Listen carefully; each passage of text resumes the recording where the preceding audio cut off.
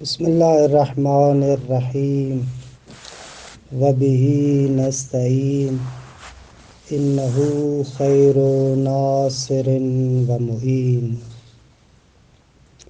وصلی اللہ علی محمد و اہل بیتہ الطیبین الطاہرین۔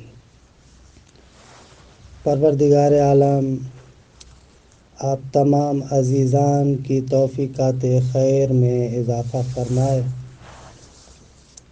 الحمدللہ ہماری گفتگو محاضرات فی الالہیات میں ہے کہ ہماری گفتگو باب رابع جو عدل الہی کے بارے میں ہے وہاں پر گفتگو تھی۔ الحمدللہ آج تیسری فصل کا آغاز کرتے ہیں کہ اس تیسری فصل میں حسن قبح عقلی کے فروعات میں سے ایک فرع کی طرف اشارہ کرتے ہیں۔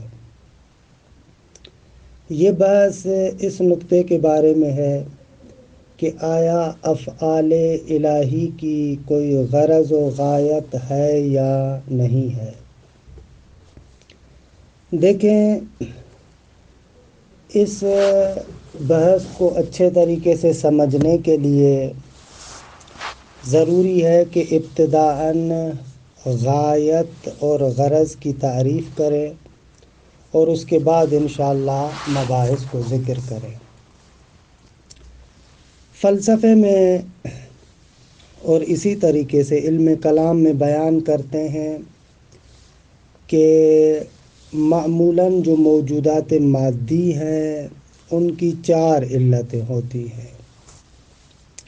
ایک علت فاعلی، ایک علت غائی، ایک علت مادی اور ایک علت صوری۔ اور میرے اس جملے پر بھی توجہ رکھیں، یہ جو علل اربعہ ہیں، یہ چار علتیں ہیں، یہ موجود مادی کے لیے ہیں۔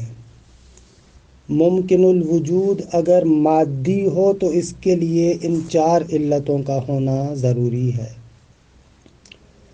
اگر موجود ممکن غیر مادی ہو یعنی مجرد ہو تو پھر اس کے لیے یہ علل اربعہ نہیں ہوتی، بلکہ وہاں پر علت فاعلی اور علت غائی ہوتی ہے۔ موجود مجرد کے لیے علت مادی اور علت صوری کی ضرورت نہیں ہوتی، لیکن ہمارے ہاں عام طور پر تسامحاً کہتے ہیں کہ ہر چیز کے لیے چار علتوں کا ہونا ضروری ہے۔ یہ قضیہ غلط ہے کہ ہر چیز کے لیے چار علتوں کا ہونا ضروری ہے۔ نہ عزیز من، ہر چیز میں واجب الوجود بھی آ جاتا ہے اور موجود مجرد بھی آ جاتا ہے، ان کے لیے ان علل اربعہ کا ہونا تھوڑی ضروری ہے۔ اصلاً واجب الوجود یعنی جس کے لیے وجود ضروری ہے، وہ معلول تھوڑی ہے کہ اس کے لیے آپ کو علت کی ضرورت ہو۔ لہٰذا یہ جو ہم عام طور پر تعبیرات اور جملے استعمال کرتے ہیں، ان جملوں میں دقت کرنی چاہیے۔ نہ ہر چیز کے لیے علت ضروری ہے اور نہ ہی ہر چیز کے لیے علل اربعہ کا ہونا ضروری ہے، بلکہ اولاً ایک ممکن الوجود اور ہر معلول کے لیے علت کا ہونا ضروری ہے، وثانیاً اگر معلول اور ممکن الوجود مادی ہو تو اس کے لیے علل اربعہ کا ہونا ضروری ہے۔ یہ پہلا نقطہ کہ اس کی طرف توجہ کریں، عام طور پر غلط طریقے سے استعمال کرتے ہیں۔ دوسرا نقطہ یہ کہ علل اربعہ کی تعریف کیا ہے۔ دیکھیں، علت فاعلی یعنی ما یصدر عنہ الفعل، جس سے فعل صادر ہو اسے کہتے ہیں علت فاعلی، اور جس چیز کی وجہ سے فعل صادر ہو اس کو کہتے ہیں علت غائی۔ علت غائی یعنی جس شے کی وجہ سے فاعل فعل کو انجام دیتا ہے۔ ما لأجلہ فعل الفعل، جس چیز کی وجہ سے فعل صادر کیا جاتا ہے اس کو کہتے ہیں غایت، علت غائی۔ اور اصطلاحاً غایت اور علت غائی کے اندر فرق ہوتا ہے۔ دیکھیں مثلا میں چاہتا ہوں کہ حرم جاؤں، کیوں؟ اس لیے تاکہ حرم میں جا کر حضرت معصومہ سلام اللہ علیہا کی زیارت کروں۔ اب یہ جو میں زیارت کی وجہ سے حرم جاتا ہوں اس کو کہتے ہیں علت غائی، یعنی میں شروع میں یہ انگیزہ رکھتا ہوں کہ معصومہ سلام اللہ علیہا کی زیارت کرنی ہے، اس زیارت کی وجہ سے میں حرم جاتا ہوں، تو اسے کہتے ہیں علت غائی۔ آپ توجہ فرما رہے ہیں کہ علت غائی فعل کے صادر ہونے سے پہلے ہوتی ہے، اسی لیے کہتے ہیں کہ علت غائی اول الفکر ہوتی ہے، یعنی ابتداءً انسان اس کا تصور کرتا ہے، سوچتا ہے، پھر وہ انسان کو انگیزہ دیتی ہے کہ انسان جائے اور جا کر اس فعل کو انجام دے، اسے کہتے ہیں علت غائی۔ اور خارج میں جب آپ حرم گئے اور آپ نے زیارت کر لی، جب خارج میں آپ نے زیارت کر لی تو اس کو کہتے ہیں غایت۔ غایت فعل پر مترتب ہوتی ہے اور علت غائی کی وجہ سے فعل وجود میں آتا ہے، ان دونوں میں فرق ہے۔ غایت اور علت غائی میں تفاوت ہے، فرق ہے، اس نقطے کو اچھے طریقے سے سمجھ لیں۔ علت غائی وہی اول الفکر ہے، یہ علت غائی ہے کہ ابتداءً انسان جو سوچتا ہے، انسان جو ابتداءً تصور کرتا ہے اور اس کے بعد اس کی بنا پر فعل کو انجام دیتا ہے، یہ علت غائی کہلاتی ہے۔ لیکن خارج میں جب آپ نے فعل انجام دے دیا اور آپ کے فعل پر وہ چیز مترتب ہوتی ہے اس کو کہتے ہیں غایت۔ اب یہاں پر ابتداءً جو میں سوچتا ہوں مجھے حرم جانا چاہیے حضرت معصومہ کی زیارت کے لیے، یہ علت غائی کہلائے گی۔ لیکن جیسے ہی آپ خارج میں گئے اور حضرت معصومہ کے روضے کی زیارت کی، اب یہ جو آپ نے زیارت کی اسے کہیں گے غایت۔ لہذا علمی زبان میں کہتے علت غائی اول الفکر ہے اور غایت آخر العمل ہے، یہ ہو گئی علت غائی کی وضاحت۔ اچھا یہاں پر اس نقطے کو بھی سمجھ لیں کہ عام طور پر ہم لوگ جو فعل کو انجام دیتے ہیں، ہم لوگ کیا کرتے ہیں، اس غایت کے ذریعے سے استکمال پیدا کرتے ہیں۔ یعنی عام طور پر جو انسان ہے وہ جو کسی بھی فعل کو انجام دیتا ہے کسی غرض و غایت کی وجہ سے، کیوں؟ اس لیے کہ اپنی اس غرض و غایت کے ذریعے سے استکمال پیدا کرتا ہے، کمال پیدا کرتا ہے۔ مثلا حضرت معصومہ سلام اللہ علیہا کے روضے پر جاتا ہوں میں اور جا کر زیارت کرتا ہوں، اس زیارت کے ذریعے سے میں استکمال پیدا کرتا ہوں، میرے کمال میں اضافہ ہوتا ہے۔ عام طور پر انسان کے مورد میں جو انسان مختلف افعال کو انجام دیتا ہے ان افعال کے اندر غرض و غایت ہوتی ہے اور اس غرض و غایت کے ذریعے سے یہ فاعل استکمال پیدا کرتا ہے، یہ ایک نقطہ ذہن میں رکھیں۔ دوسرے لفظوں میں جو ہم جیسے انسان ہیں وہ جیسے بھی کسی فعل کو انجام دیتے ہیں تو اس فعل کے ذریعے سے ایک کمال مفقود، جو کمال ان کے پاس حاصل نہیں ہوتا اس کمال کو حاصل کرتے ہیں، درست ہے؟ یا اگر علمی زبان میں کہوں تو ہم جیسے جو انسان ہیں وہ فاعل ہوتے ہیں لیکن بالقوہ ہے، وہ اپنے اس فعل کے ذریعے سے فعلیت کو حاصل کرتے ہیں۔ یہ علت غائی کے بارے میں کہ انسانوں کے مورد میں اس طریقے سے ہوتا ہے۔ اچھا آیا خداوند متعال کے مورد میں بھی اسی طریقے سے ہے کہ نعوذ باللہ خداوند منان اپنے ان افعال کے ذریعے سے، اپنے ان فعلوں کے ذریعے سے، ایک غرض کے ذریعے سے نعوذ باللہ استکمال پیدا کرتا ہے؟ حالانکہ ایسے تو نہیں ہے۔ کیونکہ خداوند متعال واجب الوجود من جمیع الجہات واجب الوجود ہے، فاعل تام بلکہ فوق تمام۔ کبھی بھی ایسے نہیں ہو سکتا کہ خدا اپنے کسی فعل کے ذریعے سے استکمال پیدا کرے، کیونکہ اگر کسی فعل کے ذریعے سے خدا استکمال پیدا کرے گا تو نعوذ باللہ اس کا مقصد یہ ہوگا کہ وہ کمال اس کو حاصل نہیں تھا، وہ اس فعل کے ذریعے سے اس نے کمال حاصل کیا۔ نعوذ باللہ لازم آئے گا کہ خدا ناقص ہو، حالانکہ یہ بالکل غلط ہے۔ تو اس معنی میں علت غائی اور اس معنی میں غرض و غایت خداوند متعال کے افعال کے لیے نہیں ہو سکتی کہ خداوند متعال اپنے افعال کے ذریعے سے ایک غرض کی تلاش میں ہے اور اس غرض کو حاصل کرتا ہے۔ نہ اس طریقے سے نہیں ہوتا۔ پھر کیا مقصد ہے جب خداوند متعال کے افعال کے لیے اس طریقے کی غرض و غایت نہیں ہے؟ تو آیا اس کا مقصد یہ ہے کہ نعوذ باللہ خدا کے افعال کی کوئی غرض نہیں ہے؟ تو یہاں پر عرض یہ ہے کہ خداوند متعال کے افعال کی ایسی غرض کہ جس غرض کے ذریعے سے وہ استکمال پیدا کرتا ہو، ایسی غرض نہیں ہے، بلکہ خداوند متعال کے افعال کی غرض خود ذات حضرت حق ہے۔ کہ یہ نہایت دقیق جملہ ہے اور اس کو سمجھنے کی کوشش کیجیے گا۔ ہمارے حکماء عام طور پر کہتے ہیں کہ خداوند متعال کے افعال کی غایت اور غرض زائد بر ذات نہیں ہے، یعنی ایسے نہیں ہے کہ نعوذ باللہ خدا کے افعال کی ایک ایسی غرض ہو جو اس کی ذات، اس کے اسماء و صفات سے ہٹ کر کوئی جداگانہ غرض ہو۔ نہ، ایسے نہیں ہو سکتا، کیونکہ اس کا لازمہ یہ ہے کہ اس صورت میں آپ کو ماننا پڑے گا کہ واجب الوجود ناقص ہے، حالانکہ یہ غلط ہے۔ پھر اس کا مقصد کیا ہے؟ یہاں پر نقطہ سمجھنے والا ہے کہ یہاں سے بعض اشاعرہ نے، بعض متکلمین نے، مثلا جیسے اشاعرہ ہیں، انہوں نے نتیجہ یہ لیا کہ پس خداوند متعال کے افعال کی کوئی غرض و غایت نہیں ہے۔ یہ نتیجہ بھی غلط ہے۔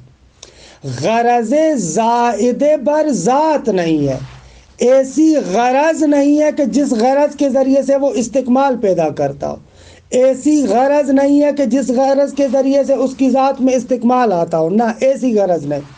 لیکن اس کا مقصد یہ تھوڑی ہے کہ اس کے افعال نعوذ باللہ عبث ہیں، بیہودہ ہیں۔ نہ، غرض ہے، لیکن وہ غرض خود ذات حضرت حق ہے۔ غرض ہے لیکن وہ خود خداوند متعال کے اسماء و صفات ہے، یعنی زائد بر ذات غرض نہیں ہے، وگرنہ غرض تو ہے۔ یہ اصل مطلب ہے، اور حق کے مطلب بھی یہی ہے کہ آپ ایک معنی میں کہہ سکتے ہیں افعال اللہ لا یعلل بالاغراض، اے بالاغراض زائدۃ عن الذات، ایسے اغراض کہ جو اس کی ذات پر زائد ہو۔ اس طریقے کے اغراض خدا کی ذات میں نہیں ہوتے، بلکہ خدا کے افعال کی غرض خود ذات حضرت حق ہوتی ہے۔ اس کے مقابلے میں جو اشاعرہ ہیں وہ کہتے ہیں کہ جب غرض نہیں ہے تو اس کا مقصد یہ ہے کہ اس کے افعال عبث ہیں۔ نہ، عبث نہیں ہے، یہ نتیجہ غلط ہے۔ دوسرے الفاظ میں اگر میں چاہوں کلامی زبان میں بیان کروں کہ جیسے مصنف بھی یہاں پر ذکر کرتے ہیں کہ ایک غایت فاعل کی ہوتی ہے اور ایک غایت فعل کی ہوتی ہے۔ خداوند متعال کے مورد میں وہ غایت کہ جو فاعل کی طرف پلٹتی ہو، خدا کی طرف پلٹتی ہو، نعوذ باللہ اس غایت اور غرض کے ذریعے سے خداوند متعال کی ذات استکمال پیدا کرتی ہو، ایسی غایت نہیں ہے خدا کے لیے۔ لیکن آیا اس کے افعال پر، فعل پر کوئی غرض اور غایت مترتب ہوتی ہے یا نہیں؟ چرا اس کے فعل پر غرض اور غایت مترتب ہوتی ہے، اور وہ غرض اور غایت اسی فعل کی طرف پلٹتی ہے۔ اس معنی میں کہ خداوند متعال کے جتنے بھی افعال ہیں وہ عبث اور بیہودہ نہیں ہے، ہر فعل پر غرض و غایت ہے، لیکن وہ غرض و غایت اسی فعل کی طرف پلٹتی ہے، نہ کہ خدا کی طرف پلٹتی ہے۔ یہ ہمارے متکلمین کا جواب ہے کہ تقریباً بعض کا خلاصہ یہی ہے۔ باقی دو علتیں جو علت مادی اور علت صوری ہے اس کی وضاحت میں نے نہیں کی، اپنے مقام پر تفصیلات سے ہوتی ہے، لیکن اجمالاً یہاں پر عرض کر دوں۔ علت مادی کہتے ہیں ما بہ شیء بہ بالقوہ، جس کے ذریعے سے شے بالقوہ ہوتی ہے اس کو کہتے ہیں علت مادی، اور جس شے کے ذریعے سے ایک شے بالفعل ہوتی ہے اس کو کہتے ہیں علت صوری، کہ تفصیلات فلسفے میں ہیں۔ فتلخص، تمام مباحث کا خلاصہ کیا ہوا؟ تمام مباحث کا خلاصہ یہ ہوا کہ اشاعرہ کہتے ہیں کہ خداوند متعال کے افعال کی غرض و غایت نہیں ہے اصلاً، نعوذ باللہ اس کے افعال عبث ہیں۔ ہم کہتے ہیں کہ یہ غلط ہے۔ امامیہ اس بات کے قائل ہیں، عدلیہ اس بات کے قائل ہیں کہ خدا کے افعال کی غرض و غایت ہے، لیکن غرض و غایت ایسی ہے کہ جو خود فعل کی طرف پلٹتی ہے، نہ کہ فاعل کی طرف پلٹتی ہے، تاہین کہ آپ آئیں اور پلٹ کر اعتراض کریں کہ بابا جس فاعل کے فعل کے لیے غرض ہوتی ہے وہ فاعل تو ناقص ہوتا ہے، اس غرض کے ذریعے سے استکمال پیدا کرتا ہے۔ ہم کہیں گے نہ، یہ اس صورت میں جب غرض و غایت فاعل کی طرف پلٹتی ہو، جب غرض و غایت زائد بر ذات ہو، اس صورت میں یہ ہے، لیکن اگر غرض و غایت فعل کی طرف پلٹتی ہو تو اس صورت میں یہ لازم نہیں آتا۔ یہ تقریباً اس بحث کا خلاصہ ہے۔ الفصل الثالث، تیسری فصل، افعال اللہ سبحانہ معللۃ بالغایات، پروردگار عالم کے جتنے بھی افعال ہیں ان کے لیے غرض و غایت ہے، لیکن یہ ذہن میں رکھیں غرض و غایت زائد بر ذات نہیں ہے بلکہ وہ فعل کی طرف پلٹتی ہے۔ من مظاہر عدلہ تعالی و حکمتہ، پروردگار عالم کی حکمت اور عدل کے جلووں میں سے ایک جلوہ یہ ہے کہ تنزیہ افعالہ سبحانہ عن العباس، خدا کے افعال کو منزہ اور پاک قرار دیا جائے عبث اور بیہودہ سے۔ آپ یہ نہیں کہہ سکتے کہ خدا کے افعال عبث اور بیہودہ ہیں۔ وَلُزُومُ اقترانها بالغایات والاغراض، مظاہر عدل و حکمت میں سے یہ ہے کہ افعال الہی مقترن ہیں، ملے ہوئے ہیں غایات اور اغراض سے۔ غایات اور اغراض یہاں پر ایک معنی میں۔ وَهَذِهِ الْمَسْأَلَةُ مِنَ الْمَسَائِلِ الَّتِي تَشَاجَرَتْ فِيهَا الْعَدْلِيَّةُ وَالْأَشَاعِرَةُ، یہ مسئلہ ان مسائل میں سے ہے کہ جن مسائل میں عدلیہ اور اشاعرہ کا اختلاف ہے۔ فالأولیٰ یعنی عدلیہ علی الایجاب، کہتے ہیں کہ افعال الہی کے لیے غرض و غایت ہے۔ والثانیہ یعنی اشاعرہ علی السلب، کہتے ہیں افعال اللہ لا یعلل بالاغراض، افعال الہی کی کوئی غرض و غایت نہیں ہے۔ واستدلت العدلیۃ علی مدعاہم، عدلیہ نے اپنے مدعا پر استدلال کیا کہ بأن خلو الفعل عن الغایت والغرض یعد لغوا وعبثا، اگر کوئی فعل غرض و غایت سے خالی ہو تو اس کو لغو اور بیہودہ شمار کیا جاتا ہے۔ وَهُوَ مِنَ الْقَبَائِحِ الْعَقْلِيَّةِ، عقلی طور پر یہ کبھی ہے۔ واللہ تعالی منزہ عن القبائح، خدا کبھی کام سے منزہ ہے۔ فلا بد ان تکون افعالہ مقترنۃ باغراض ومعللۃ بغایات، بس ضروری ہے کہ افعال الہی اغراض کے ساتھ ملے ہوئے ہوں اور معلل بالغایات ہوں، ان کی غایت ہو۔ والمہم فی ھذا المجال، کہتے ہیں کہ اس بارے میں جو چیز اہم ہے وہ یہ ہے کہ التحقیق حول دلائل الاشاعرہ علی انکار کون افعالہ تعالی معللۃ بالغایات، ان دلائل کی تحقیق کی جائے کہ جو اشاعرہ نے قائم کیے ہیں کہ افعال الہی معلل بالغایات نہیں ہے، افعال الہی کی کوئی غایت نہیں ہے۔ اس مطلب پر جو انہوں نے دلائل قائم کیے ان کی بررسی کرنی چاہیے۔ وَأَمَّا دَلِيلُ نَظَرِيَّةِ الْعَدْلِيَّةِ فَهُوَ وَاضِحٌ، لیکن عدلیہ کے نظریے کی دلیل روشن ہے کہ اگر آپ افعال الہی کو کہیں کہ معلل بالاغراض نہیں ہے تو یہ عبث اور بیہودہ ہوگا، اور عبث اور بیہودہ قبیح ہے اور خدا سے قبیح صادر نہیں ہوتا۔ لأن هذه المسئلہ، کیوں یہ واضح ہے؟ اس لیے کہ یہ مسئلہ جیسے کہ گزر چکا من فروع مسئلۃ التحسین والتقبیح العقلیین، حسن کو بے عقلی کے فروعات میں سے۔ فنقول، پس ہم کہتے ہیں، استدلت الاشاعرۃ علی مذہبہم، اشاعرہ نے اپنے مذہب پر استدلال کیا ہے کہ یہ دلیل شرح المواقف میں ذکر ہوئی ہے۔ شرح المواقف اور شرح المقاصد ہمارے اہل سنت برادران میں سے اشاعرہ کی مہم ترین کلامی کتابیں ہیں کہ واقعاً ان کے مکتب کے لحاظ سے اہم کتابیں ہیں، اور خود اس وقت ہمارے پاکستانی مولویوں میں شاید کوئی ان کا مولوی ہو جو شرح المواقف اور شرح المقاصد سمجھنے کی بھی صلاحیت رکھتا ہو، اکثر ایسے ہوائی بندے ہیں۔ بہرحال یہ شرح المواقف اور شرح المقاصد ان کی عالمانہ کتاب ہے۔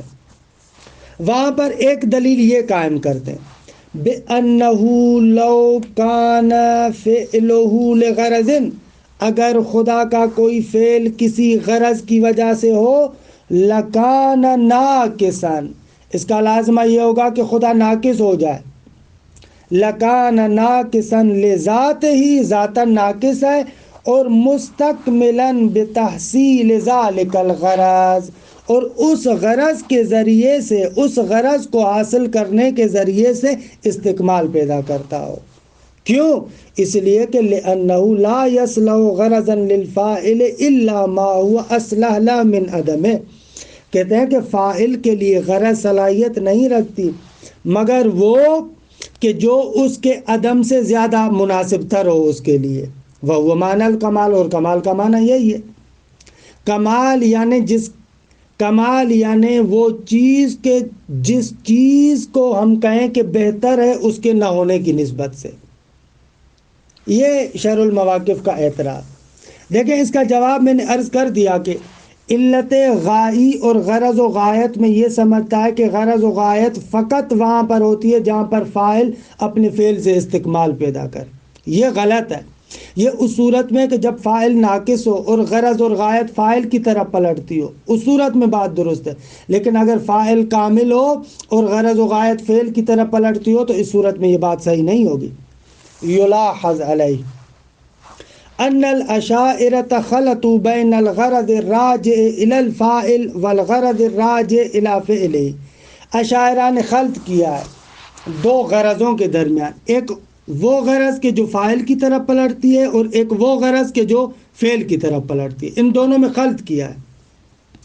فالاستکمال لازم فی الاول، اگر غرض فاعل کی طرف پلٹتی ہو تو وہاں پر استکمال لازم آتا ہے، لازم آئے گا کہ فاعل ناقص ہو اور اپنی غرض و غایت کے ذریعے سے کامل ہوتا ہو۔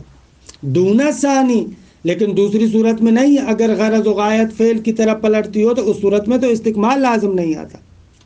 وَالْقَائِلُ بِكَوْنِ أَفْعَالِهِ مُعَلَّلَةً بِالْأَغْرَاضِ وَالْغَایَاتِ وَالدَّوَاعِي وَالْمَصَالِحِ إِنَّمَا يَعْنِي بِهَا الثَّانِي دُونَ الْأَوَّلِ، وہ بندہ جو قائل ہے یعنی عدلیہ، جو عدلیہ کہتے ہیں کہ افعال الہی معلل بالاغراض ہیں، ان کی غایات ہیں، ان کے لیے انگیزے ہیں، ان کے لیے مصلحت ہیں، تو وہ اس سے ارادہ کرتے ہیں دوسری قسم کا، یعنی وہ غرض و غایت جو فعل کی طرف پلٹتی ہے، نہ کہ پہلی قسم کہ وہ غرض و غایت کے جو فاعل کی طرف پلٹتی ہو۔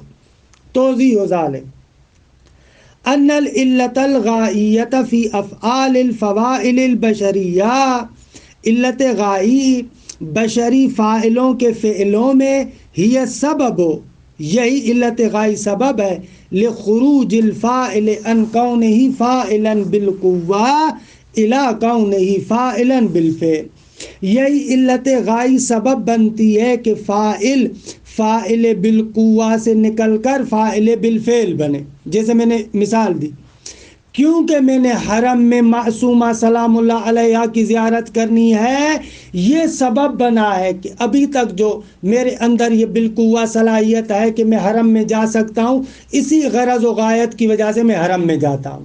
جب حرم پہنچا تو میں فاعل بالفعل بن گیا۔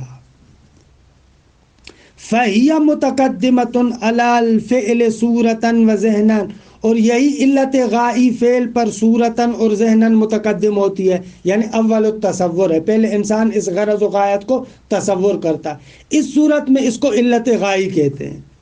اور دوسری طرف سے وہ مؤخرۃ عنہ وجوداً و تحققاً، اور وجود کے اعتبار سے اس فعل سے متاخر ہوتی ہے. میں حرم جاؤں گا تو زیارت متحقق ہوگی، کہ اس صورت میں اس کو علت غائی نہیں کہیں گے بلکہ اس کو غایت کہیں گے. ولا تتصور العلت الغائیۃ بہذا المعنی فی ساحتہ تعالی. اس معنی میں علت غائی خداوند متعال کی بارگاہ سے مناسبت نہیں رکھتی کہ خدا نعوذ باللہ اپنے اس فعل کے ذریعے سے استکمال پیدا کرے، نہ، اس معنی میں نہیں ہے. کیوں؟ لغناہ المطلق فی مقام الذات والوصف والفعل، اس لیے کہ خدا غنی مطلق ہے اپنی ذات میں، اپنے اوصاف میں اور اپنے فعل میں. فلا یحتاج فی الایجاد الی شیء وراء ذاتہ.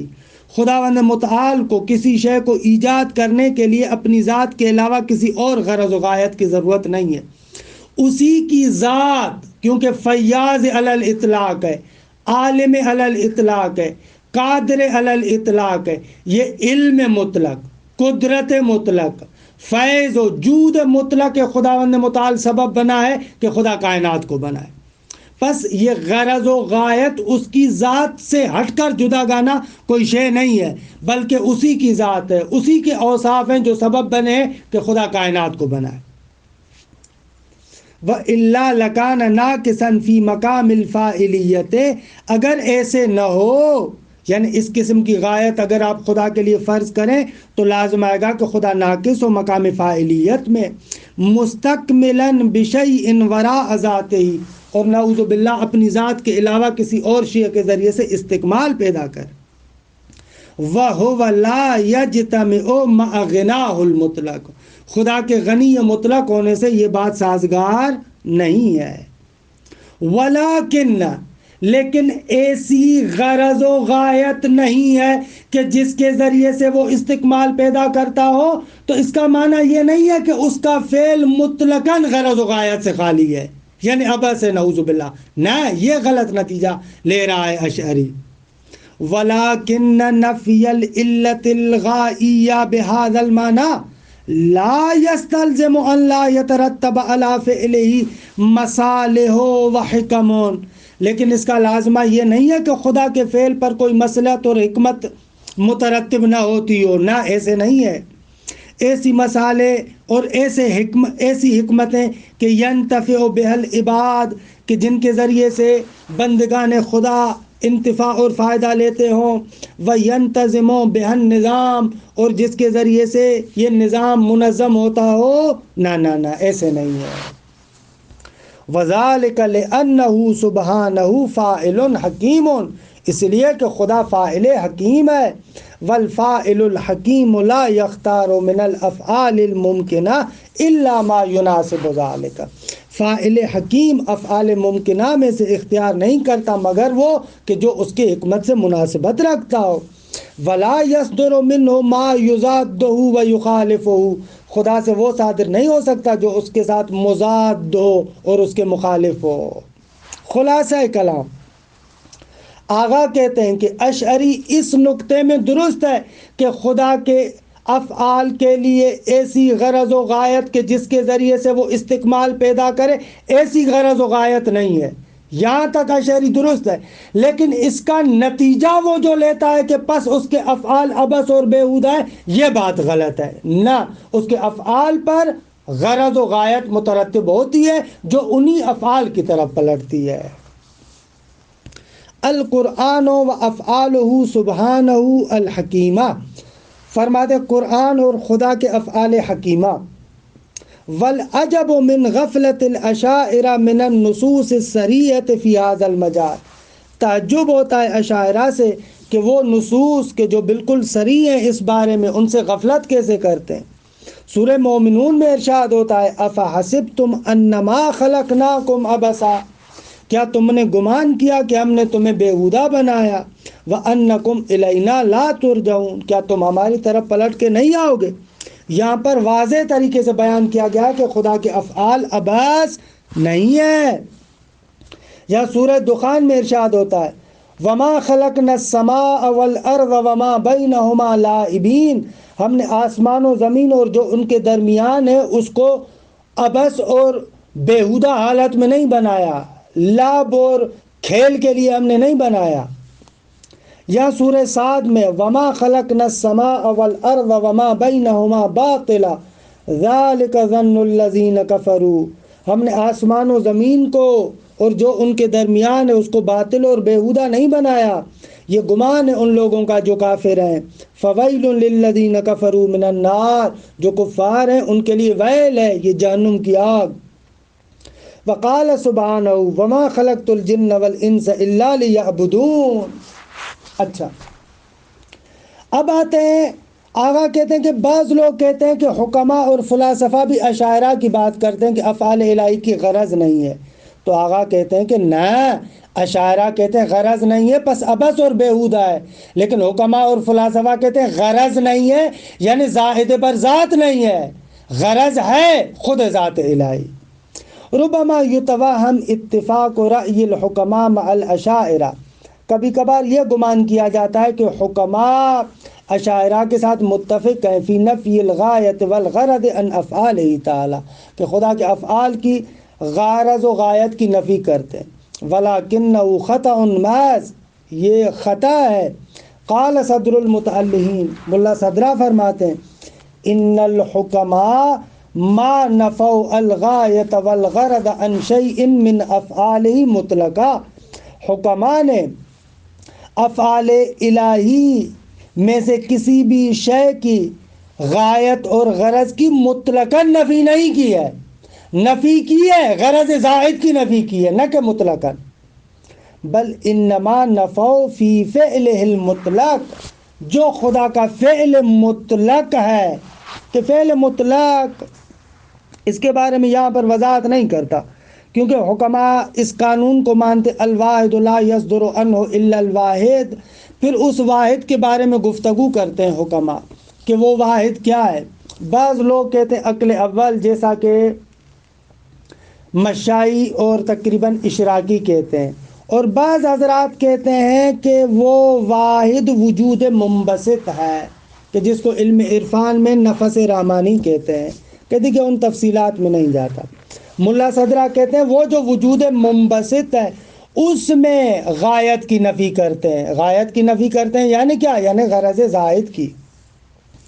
وفی فعلہ الاول، اور فعل اول میں، فعل اول وہی کہ جو وجود منبسط ہے، نفس رحمانی ہے، کہ تفصیلات فلسفے میں یہاں پر نہیں۔ انما نفوا فی فعلہ المطلق وفی فعلہ الاول غرضا زائدا علی ذاتہ، نفی کرتے ہیں لیکن ایسی غرض کہ جو زائد بر ذات ہو۔ زائد میں نے کہا تھا کلام اور فلسفے میں یعنی مغایر کے معنی میں ہے۔ وَأَمَّا ثَوَانِ الْأَفْعَالِ وَالْأَفْعَالِ الْمَخْصُوصَةِ وَالْمُقَيَّدَةِ، لیکن جو دوسرے مرحلے کے افعال ہیں وہ افعال جو مخصوص ہیں اور مقیدہ ہیں، مطلق نہیں ہیں، فَأَثْبَتُوا لِكُلٍّ مِّنْهَا غَایَةً مَخْصُوصَةً، ان میں سے ہر ایک کی ایک غرض و غایت فرض کرتے ہیں۔ وَكُتُبُهُمْ مَشْحُونَةٌ بِالْبَحْثِ عَنْ غَایَاتِ الْمَوْجُودَاتِ وَمَنَافِعِهَا، اور حکماء کی کتابیں مملوء ہیں، بھری ہوئی ہیں اس بحث کے ساتھ کہ موجودات کی غایات کیا ہے، ان کے منافع کون سے ہیں۔ تو یہ تقریباً علت غائی کے بارے میں، اور افعال اللہ ہے حل الافعال معلل بالاغراض ام لا، اس کے بارے میں گفتگو، کہ انشاءاللہ بعد والی فصل بھی ہم تقریباً پڑھ چکے ہیں لیکن اس کو پھر کل بیان کریں گے۔ وصلی اللہ علی محمد و اہل بیتہ الطیبین الطاہرین۔